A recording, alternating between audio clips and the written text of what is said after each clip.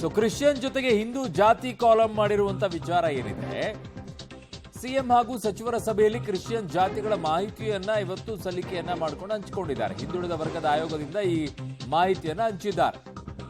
ಕಾಂತರಾಜು ಮತ್ತೆ ಜಯಪ್ರಕಾಶ್ ಹೆಗಡೆ ಅವರ ವರದಿಯಲ್ಲಿ ನಮೂದುಗೊಂಡಿದ್ದ ಉಪಜಾತಿಗಳನ್ನ ಈಗ ಅವರು ಬಿಡುಗಡೆ ಮಾಡಿಕೊಂಡಿದ್ದಾರೆ. ಕ್ರಿಶ್ಚಿಯನ್ ಜೊತೆಗೆ ಹಿಂದೂ ಜಾತಿ ಕಾಲಂ ವಿಚಾರದಲ್ಲಿ ಹಿಂದೆನೂ ಕೂಡ ಈ ರೀತಿಯಾಗಿ ಕಾಲಂ ಇತ್ತು, ಹಿಂದೆನೂ ಈ ರೀತಿಯಾಗಿ ಗುರುತಿಸಿಕೊಂಡಿತ್ತು, ನಾವೇನು ಹೊಸದಾಗಿ ಮಾಡ್ತಾ ಇಲ್ಲ ಅಂತ ಹೇಳಿದ್ದಾರೆ. ಸೊ ನಮೂದಾದ ಕ್ರಿಶ್ಚಿಯನ್ ಜಾತಿಗಳನ್ನೇ ನಾವು ಮುಂದುವರಿಸಿದ್ದೀವಿ ಅಂತ ಆಯೋಗ ಹೇಳ್ಕೊಳ್ತಾ ಇದೆ ಅಂತೆ. ಇಷ್ಟು ಸಂಖ್ಯೆಯಲ್ಲಿ ಕ್ರಿಶ್ಚಿಯನ್ ಧರ್ಮದ ಅಡಿ ಹಿಂದೂ ಜಾತಿಗಳು ಜೋಡಣೆಯಾಗಿ ನಮೂದಾಗಿದೆ, ಅದನ್ನೇ ನಾವು ಮುಂದುವರಿಸಿದ್ದೀವಿ ಅನ್ನುವಂಥದ್ದು ಹಿಂದುಳಿದ ಆಯೋಗದ ಸ್ಪಷ್ಟನೆ, ಮಾಹಿತಿಯನ್ನ ಸಚಿವರಿಗೆಲ್ಲ ಕೊಟ್ಟಿದ್ದಾರೆ. ಗೊತ್ತಿಲ್ಲದೆ ಇರೋ ರೀತಿಯಲ್ಲಿ ಇದನ್ನ ಸೇರ್ಪಡೆಯನ್ನಗೊಳಿಸಿದ್ದಾರೆ.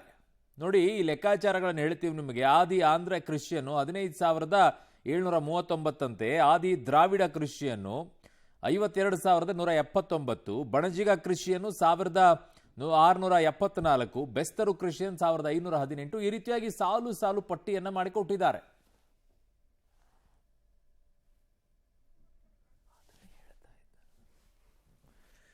ಸೊ ಈಗಾಗಲೇ ನಿಮಗೆ ಹೇಳ್ತಾ ಇದ್ದೆ ನಂಬರ್ಸ್ಗಳನ್ನ. ಬಣಜಿಗ ಕ್ರಿಶ್ಚಿಯನ್ 1,674, ಬೆಸ್ತರು ಕ್ರಿಶ್ಚಿಯನ್ 1,518, ಬ್ರಾಹ್ಮಣ ಕ್ರಿಶ್ಚಿಯನ್ 1,541, ಕುರುಬ ಕ್ರಿಶ್ಚಿಯನ್ 2,541, ಗೊಲ್ಲ Christian 1,606, Nekara Christian 321, Reddy Christian 3,457, Madivala Christian 880, Madiga Christian 10,028, Banjara Christian 782, Akkasaliga Christian 867, Billava Christian 913, Adi Karnataka Christian 11,339.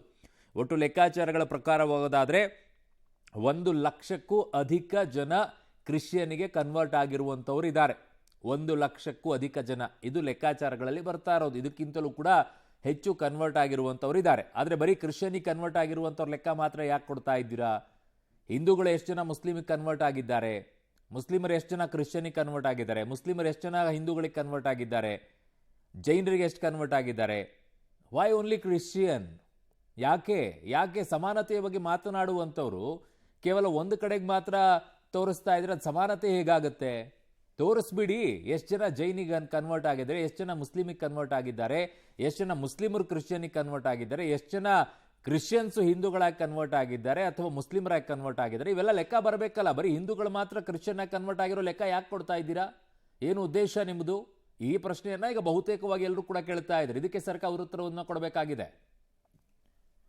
ನನ್ನ ಸಹೋದ್ಯೋಗಿ ಈಗ ಸುಖೇಶ್ ನನ್ನ ಸಂಪರ್ಕಕ್ಕೆ ಸಿಗ್ತಾ ಇದ್ದಾರೆ. ಸುಖೇಶ್, ಈಗ ಸರ್ಕಾರ ಸಮಾನತೆಯ ಬಗ್ಗೆ ಮಾತನಾಡುತ್ತೆ ಅನ್ನೋದೇ ಆದ್ರೆ ಈಗ ಬರೀ ಹಿಂದೂಗಳಲ್ಲಿರುವಂತಹ ಜಾತಿಗಳನ್ನ ಮಾತ್ರ ಸೇರಿಸ್ಕೊಂಡು ಅದು ಕ್ರಿಶ್ಚಿಯನಿಗೆ ಕನ್ವರ್ಟ್ ಆಗಿರುವಂತದನ್ನು ಮಾತ್ರ ಕೇಳ್ತಾ ಇದ್ದಾರೆ. ಬಟ್ ಬಹುತೇಕ ಎಲ್ಲರೂ ಕೇಳ್ತಾ ಇರುವಂತದ್ದು ಏನು ಅಂತಂದ್ರೆ, ಆಯ್ತು ಹಿಂದೂಗಳು ಕ್ರಿಶ್ಚಿಯನಿಗೆ ಕನ್ವರ್ಟ್ ಆಗಿದ್ದಾರೆ, ಓಕೆ, ಹಾಗಿದ್ದಾಗ ಹಿಂದೂಗಳು ಮುಸ್ಲಿಂ ಆಗಿ ಕನ್ವರ್ಟ್ ಆಗಿರುವಂತವ್ರು ಎಷ್ಟು ಜನ?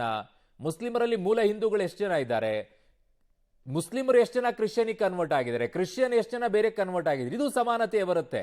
ಇಲ್ಲಿ ಬರೀ ಕೇವಲ ಹಿಂದೂಗಳು ಮಾತ್ರ ಕ್ರಿಶ್ಚಿಯನಿಗೆ ಕನ್ವರ್ಟ್ ಆಗಿರೋದನ್ನು ನೋಡ್ತಾ ಇದ್ರೆ ಯಾವುದೋ ಉದ್ದೇಶದಿಂದ ಸರ್ಕಾರ ಇದನ್ನು ಮಾಡಿಸ್ತಾ ಇದೆ ಅನ್ನುವಂತ ಅನುಮಾನಗಳು ಎಡೆ ಮಾಡಿಕೊಡುತ್ತೆ. ಸುಖೇಶ್,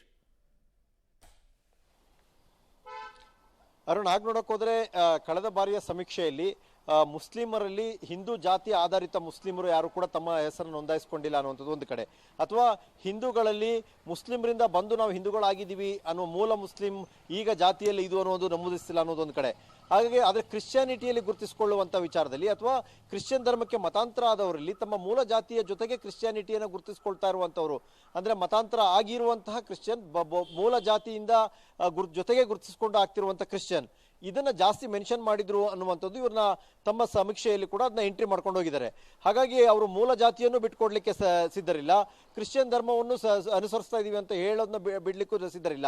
ಹಾಗಾಗಿ ನಾವು ಕ್ರಿಶ್ಚಿಯನ್ ಆಗಿದ್ರು ಕೂಡ ಮೂಲ ಜಾತಿಯನ್ನು ಅನುಸರಿಸ್ತಾ ಇದೀವಿ ಅನ್ನುವ ಮೂಲಕವಾಗಿ ಎಲ್ಲೋ ಒಂದು ಕಡೆ ಗೊಂದಲವನ್ನು ಹುಟ್ಟಾಕಿದ್ರು. ಬಹುಶಃ ಆ ಒಂದು ದಾಖಲಾತಿಗಳನ್ನು ಈಗ ಮುಂದಿಟ್ಟಿದೆ, ಆಯೋಗದಿಂದ ಪಡೆದುಕೊಳ್ಳಲಾಗಿದೆ. ಆದರೆ ಈ ಬಾರಿ ಒಂದು ಸ್ಪಷ್ಟ ಸೂಚನೆಯನ್ನು ಕೊಡಲಾಗಿದೆ ಅನ್ನುವಂಥದ್ದು ಮುಖ್ಯಮಂತ್ರಿಗಳಿಂದಲೂ ಕೂಡ. ಕಳೆದ ಬಾರಿಯಂತೆ ಆ ಗೊಂದಲ ಈ ಬಾರಿ ಆಗಬಾರದು. ಯಾರು ಕ್ರಿಶ್ಚಿಯಾನಿಟಿಗೆ ನಾನು ಕನ್ವರ್ಷನ್ ಆಗಿದ್ದೀವಿ ಅಥವಾ ಅಥವಾ ಆ ಧರ್ಮವನ್ನು ಸ್ವೀಕರಿಸಿದೀವಿ, ಆ ಧರ್ಮವನ್ನು ಒಪ್ಪಿದೀವಿ ಅನ್ನೋದಾದ್ರೆ ಅವರು ಕ್ರಿಶ್ಚಿಯನ್ನೇ ಆಗಿರ್ತಾರೆ ಹೊರತು ಅವರ ಮೂಲ ಜಾತಿಯನ್ನ ಮೆನ್ಷನ್ ಮಾಡಬಾರ್ದು. ಅದನ್ನು ಅವರಿಗೆ ಕನ್ವಿನ್ಸ್ಡ್ ಆಗಿ ಹೇಳಬೇಕು ನೀವು ಸಮೀಕ್ಷೆಯ ಸಂದರ್ಭದಲ್ಲಿ ಅನ್ನುವಂಥದ್ದು ಕೂಡ ಸೂಚನೆ ಕೊಟ್ಟಿದ್ದಾರೆ ಅನ್ನುವಂಥದ್ದು. ಆದರೆ ಹಿಂದೆ ಆಗಿರುವಂಥ ಅಂಕಿಅಂಶಗಳನ್ನು ಲೆಕ್ಕ ಹಾಕಿದಾಗ ಒಂದಷ್ಟು ಮಾಹಿತಿಗಳು ಬಂದಿದ್ದಾವೆ.